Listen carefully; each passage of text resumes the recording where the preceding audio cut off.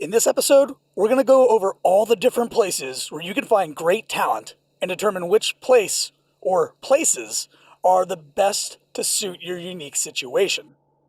This is going to be hugely valuable for leaders, managers, and both current and future employers, but it will also deliver a ton of value for anyone who's even remotely considering a new job in the next few years. So, whether you fill jobs or simply prefer having a job, the insights from this episode are going to propel your progress forward big time. So let's cue up the theme music.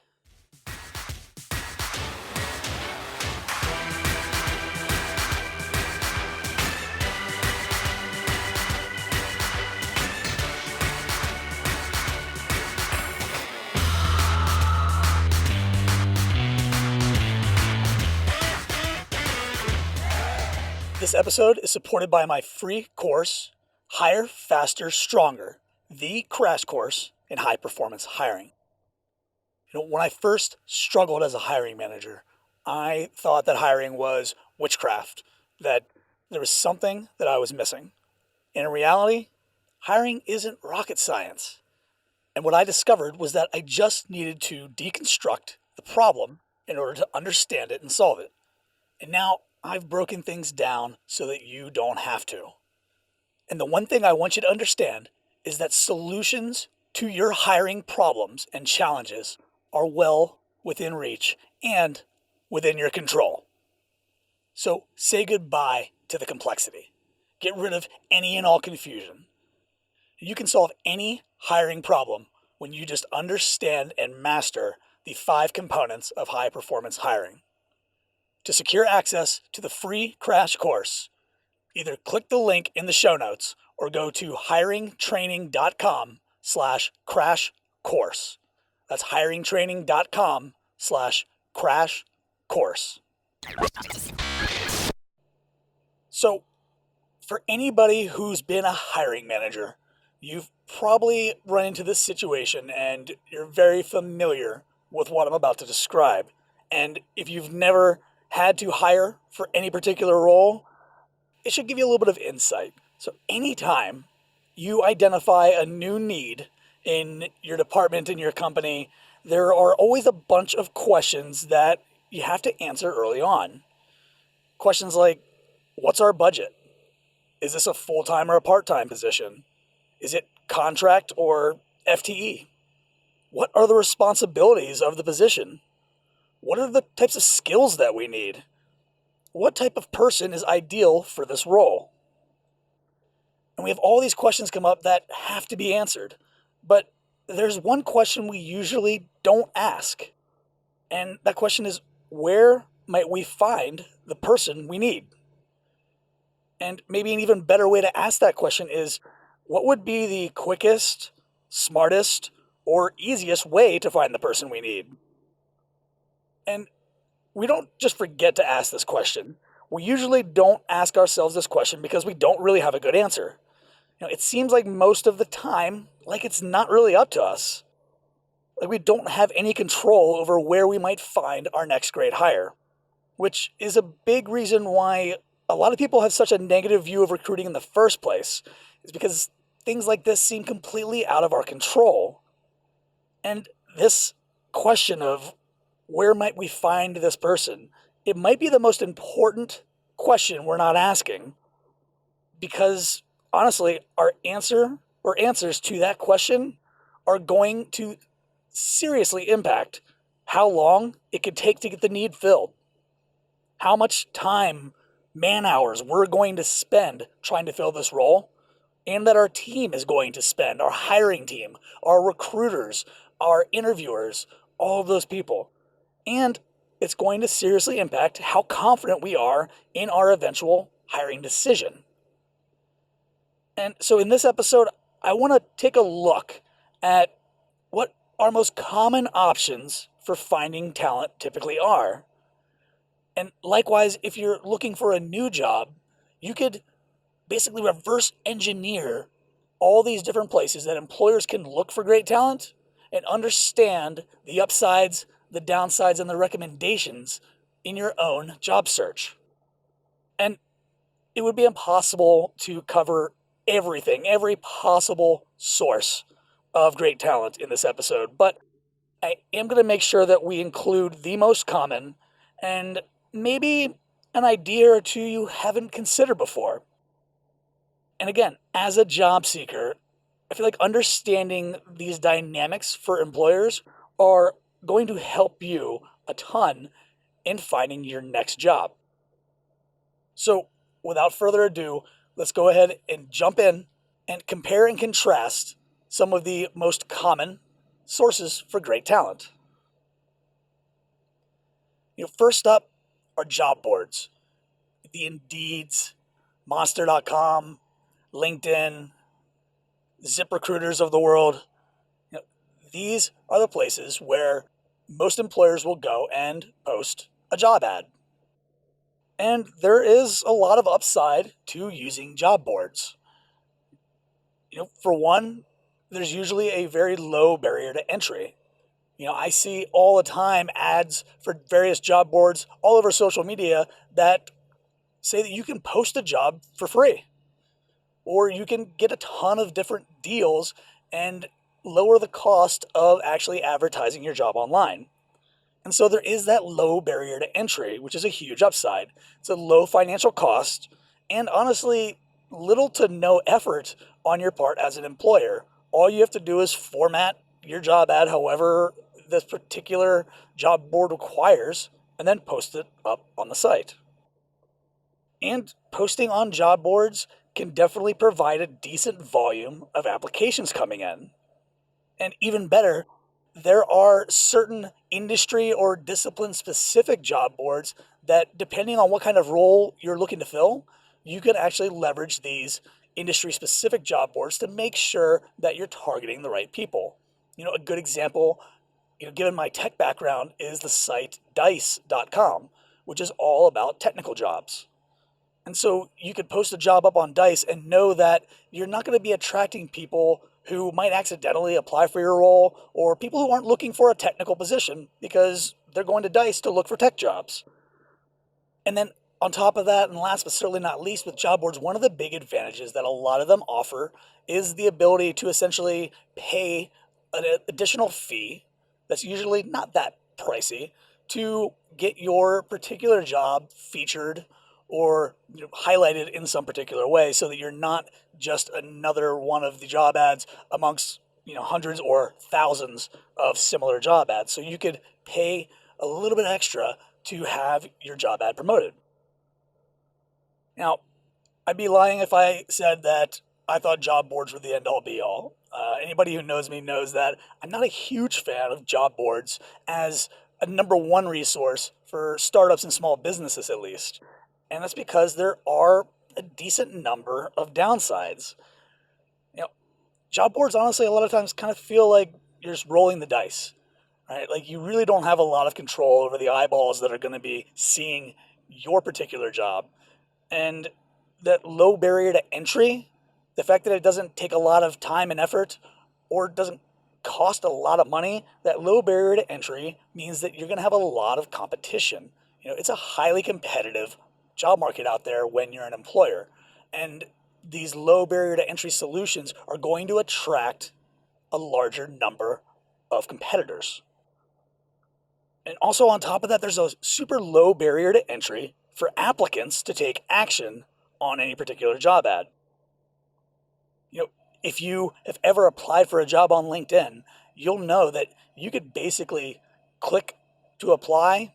LinkedIn kind of fills in almost all of your information, and then you click again and you're done.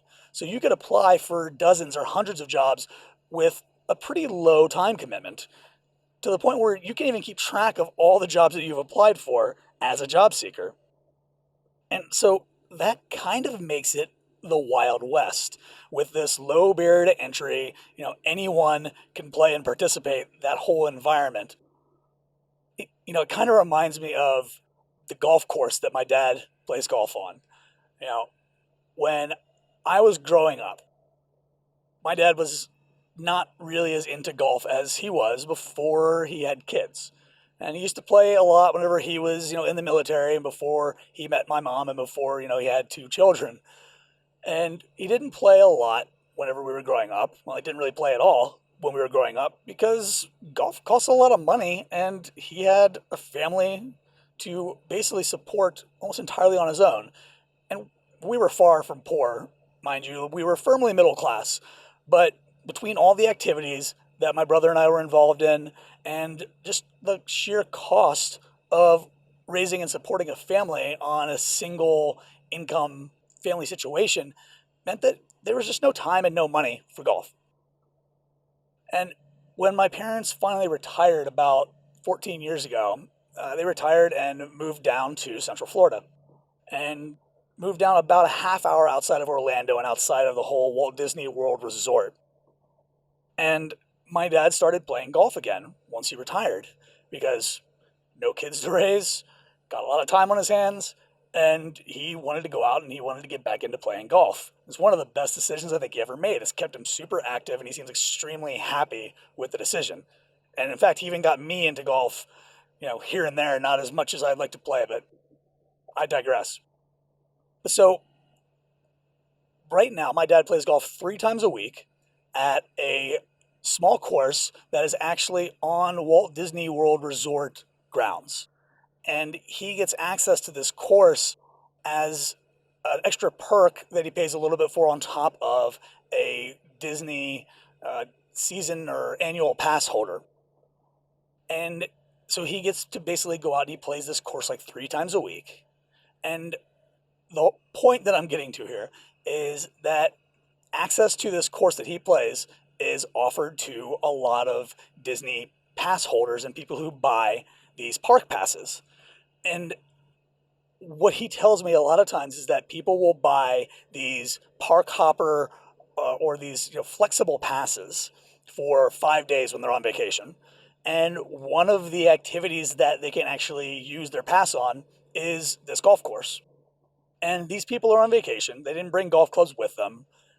Most of them probably don't even play golf on a regular basis, but hey, it's included in the pass. There's like no barrier to entry. And so he'll find himself going out to play a round of golf and be basically stuck behind, 4, 5, 6 people who really aren't even that interested in playing golf, and they probably have no business being involved in the first place, but they're out there, smacking the ball around and taking, twice as long as it would take a normal, everyday golfer to get through this course, all because there's a low barrier to entry. It's an easy option for them, and there's really no downside to just taking advantage of this easily available option. Does that make sense? So when there's virtually no downside, when there's easy access, there's low barrier to entry on this golf course, or as the whole point of this was, for applying for a job that's on a job board, there's really nothing to dissuade people from wasting their time and yours. And the thing about that low barrier to entry is that you have to understand that along with that volume that you're going to get in more applications is there's going to be a lot more noise. And because there's a low barrier to entry and because it's super easy to just post a job ad, it means that there's not a lot of effort put in to be creative or to stand out amongst the crowd, which means that when you post a job ad, there are very few ways to actually differentiate yourself, your company, this job, this opportunity. There's virtually no way to really differentiate you from all the other companies that are posting similar positions aside from your words, which means that you either need to be a really good copywriter and writing just a really kick butt job ad, or you need to accept that simply you're not going to stand out all that much on a job board. And one of the other big issues I see with people who primarily use job boards is that, you have to basically try to appeal inside that job ad to virtually any major motivator that a job seeker may potentially have if you want to persuade the right people to apply, which means that in a single job ad, you have to appeal to people who are salary driven, and you have to appeal to people who are impact driven, and people who want to be a part of a team, And people who want a variety of responsibilities in their work, you have to basically try to squeeze all of that in into a short and concise enough job ad that you don't lose people's interests. And you have to try to persuade all these people potentially to find the motivator that works for them so that they can apply. And the last thing, and this is, I honestly believe, one of the hugest detractors from relying primarily on a job board, is that most passive job seekers, which is honestly the majority of people who are open to a new position, most passive job seekers are not spending a ton of time trolling through job boards. They're not spending hours and hours on end searching through all of these job ads till they find the one that works for them. I mean, the whole idea behind being a passive job seeker is that you're not actively out there scouring the globe trying to find your right next job. So that entire pool of passive job seekers, you're not even going to reach those people whenever you're relying primarily on a job board. So, what will my recommendation be then around when to use a job board or when to rely heavily on something like an Indeed or a Monster.com? Honestly, I feel like you should use job boards primarily if you know that your organization has the bandwidth to review a potentially high volume of applications where the actual interest from the people who apply could vary wildly. And job boards are also a great tool to use if you don't really have a super urgent need to fill a role, but you want to start getting applicants in the door and you want to start going through them. If you don't have an urgent need to hire soon, then job boards can be a great resource because it's low effort on your part, aside from filtering through applications, and you can basically wait until the right person or people, candidates, whatever you want to call it, you can wait until the right people come across your inbox. Next up on the list of sources for really good talent are career fairs and, in general, employment-focused events, which I believe are a significant step up from the job board space. And I'm going to lump a lot of these events all into one category, but basically anything where job seekers show up, people who are actively or passively considering new employment, and there are employers there who are there to discuss their open roles, sort of in a direct one-on-one type of conversation with the job seekers. And there are definitely a lot of upsides to these employment-centric events. I mean, obviously, everybody who's there is focused on the same topic. And the people who generally show up from a job seeker perspective are the people who are taking an active role in their job search. They're not just waiting for their next great job to potentially come to them. They're really out there exploring what's available. And one of the huge upsides I feel like is if you do things right in a career fair or some other employment event, as an employer, you can essentially do a little high level cursory pre-screening of the people that you meet at an event. You can get a decent sense engaging their interest in your roles and in a new job in general. You get a much more intimate, direct opportunity to really sell your company and sell your particular opportunities than you would on a job board where it's very easy to get distracted and lose interest. But you get to hold somebody's attention while you're discussing your jobs with them. And as I mentioned, this is way more of a one-on-one, direct sort of intimate relationship that you're able to build when somebody is walking from booth to booth around some sort of employment event, and you get 5-10 minutes of their time and you get a chance to really connect with them. So you could get a whole lot more interest, a higher quality level of interest from that one-on-one connection. The downsides, though, these things are hard to scale, right? If the downside of job boards is that you potentially get a high volume of applications with a lot of noise. The downside with an event is that there's only so much time and bandwidth and only so many people you can really talk to and have an actual conversation with. So while you could definitely have a handful of really high quality connections that you make, you're not going to be able to make 100 great connections and have 100 great conversations at an event that's a couple hours. The other big thing is that these events only come around whenever somebody's organizing them. So they don't really operate on your hiring schedule. So if you have several urgent hiring needs right now and there's not a good employment event coming up for, 2, 3 months, well, you're kind of SOL. That's stuff out of luck. You're kind of SOL because you have to wait for that next event. Now, if you happen to be in a city where a lot of these events take place, well, then maybe you could be a little bit more actively involved.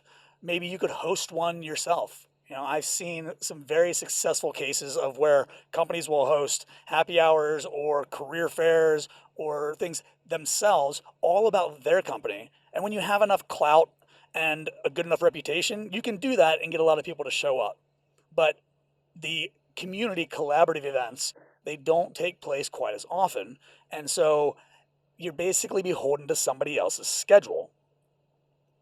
And one of the other, it's not so much a downside, but just more so a challenge, is that at these events, you have to be pretty good at selling in person and answering people's questions on the fly, which means that if, say, you're a hiring manager with all the knowledge and expertise about a particular role, but you don't attend an event, and maybe the people that are representing your company, they can't answer some of these questions, well, that could really hinder your ability to get people interested in that role if they don't have answers to the types of questions that candidates are going to be asking.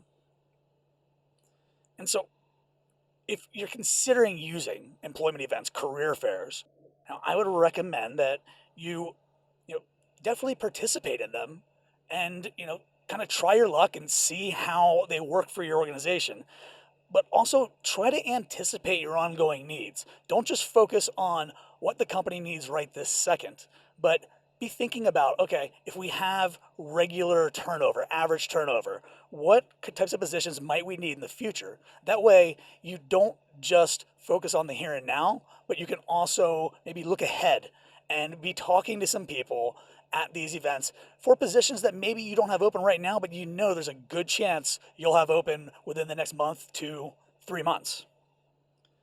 You also want to make sure that you pack your booth with employees and team members who are passionate about your company, passionate about your department. Make sure that you take people who, not just people who are good talkers or people who are a little bit more personal and have people skills, but you take people who have a natural good energy as it relates to your company. You can't fake that. And by taking people who, love the company and they love what they do, they love the work they're doing, they like the people they're working with, like that will come out naturally and that will engage, job seekers way more than somebody who has all the right answers to all the predetermined questions that job seekers are going to ask. One of the most common career fairs that I ever made sure that we worked with whenever I was a startup executive was the University of Texas Career Fair around computer science.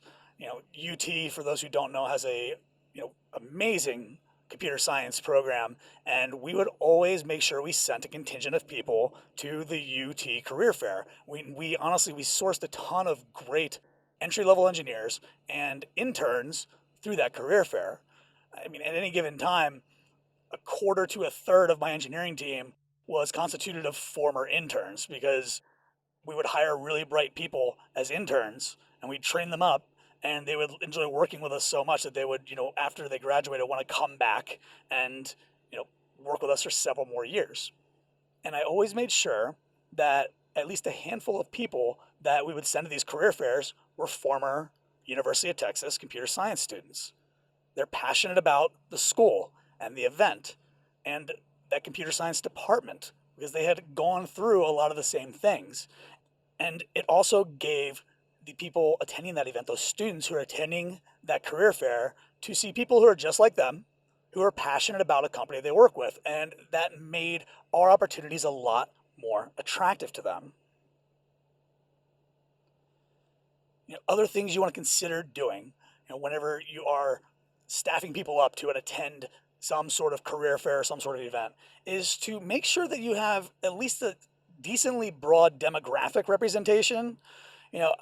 Maybe I'm a little biased, but in the computer science world and the software engineering world, there is a pretty significant problem around gender diversity and ethnic diversity in the field. So I always wanted to make sure that we had female representation, that we had non-white Anglo-Saxon male representation at these things, because we want to show people that there are folks just like them who came through and work in our organization now. So having people to talk with job seekers who they can relate to a little bit more closely based on background, based on alma mater, based on all these things is extremely valuable. And the last thing I would recommend whenever you are researching or figuring out what events would you want to attend, I would recommend, if you have a lot of options, try to focus on the events that are the best fit for your needs. Basically, which events are going to be most likely to be attended by the people you'd want to hire. And you have to spend a little time thinking about this, but it's way better to spend more effort and to focus your efforts more on a few targeted events than to try to attend all of the events and not necessarily really get the quality of conversation, the quality of applicants. At the end of the day, if you just try to basically leverage every single employment event, you're going to end up just like if you posted across 2,000 different job boards. You're going to get a lot more volume and a lot lower overall average quality. For example, maybe don't spend time going to college career fairs if you know that you have a team of people who are way more junior and you're looking for more experienced senior candidates. Why would you bother spending your time and focusing your energy on a college career fair when you know that you're not going to necessarily be hiring new college graduates anytime soon? Hey, we're going to cut it off there for this episode. I started out thinking that this was going to all fit into one neat and tidy package in one episode. But it turns out that there's a lot to say about these different places to find highly talented people. So for now, just stop and think about whether the places we've talked about in this episode are areas where you should focus your efforts. Think about the recommendations that you heard. Think about the upsides and the downsides and determine how much, if any, of your time, focus, and effort should be placed in these areas. One of the biggest mistakes I feel I ever made as a hiring manager was trying to basically post my jobs out everywhere, all over the place, and really not focusing on the sources of talent that were best suited for me and my team. And what ended up happening was we would get way too many applicants and not have the time and the bandwidth to actually pay attention to the places where the best talent was actually coming from. And we missed out on dozens of highly qualified people just because of the time it took to actually get to their application, to their resume, and engage with them. And I know that if we had just focused on the most valuable and the most suitable sources of talent for us, then I probably would have spent a lot less time, and my entire hiring team would have spent less time focused on trying to attract the right talent.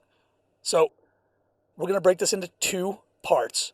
And next week, we're going to cover the rest of these most common sources of great talent so that you can get a clear picture of where you should be focusing your efforts whenever you're either trying to find your next new hire or if you're out there on the job market or considering looking for a new job. I want to thank you for tuning in, and I look forward to wrapping this up in the next episode. Hey, what's up? It's Sean again. I hope you enjoyed this episode today. Whether you learned something, you were amused, entertained, maybe outraged a little bit, I hope that you had an enjoyable time. And if you did enjoy this episode, I advise you to subscribe in your podcast app, whether that is Apple Podcasts or Google Play or Spotify or Stitcher or some other platform I've never heard of. There are a million of them out there. So if you go ahead and subscribe, you will make sure that you will get every single episode as we release it. And you can go back and look at our back catalog of archived episodes on anything from the future of work to freelancing and going into the business of you to how you can deal with being overwhelmed in your professional life. If you enjoyed the podcast and you want to help out, make sure you go to Apple Podcasts or, again, whatever your platform is and leave us a review. Highly reviewed podcasts reach more people. They're the lifeblood. These reviews are the lifeblood of any podcast, and we want to make sure that we impact as many people as we possibly can and hopefully provide them the same level of value that we provided you in this episode and every episode moving forward. So please go, leave us a review, and you might even get featured on a future episode. So until next time, I'm Sean P. Martin. Thank you so much for listening. Cheers.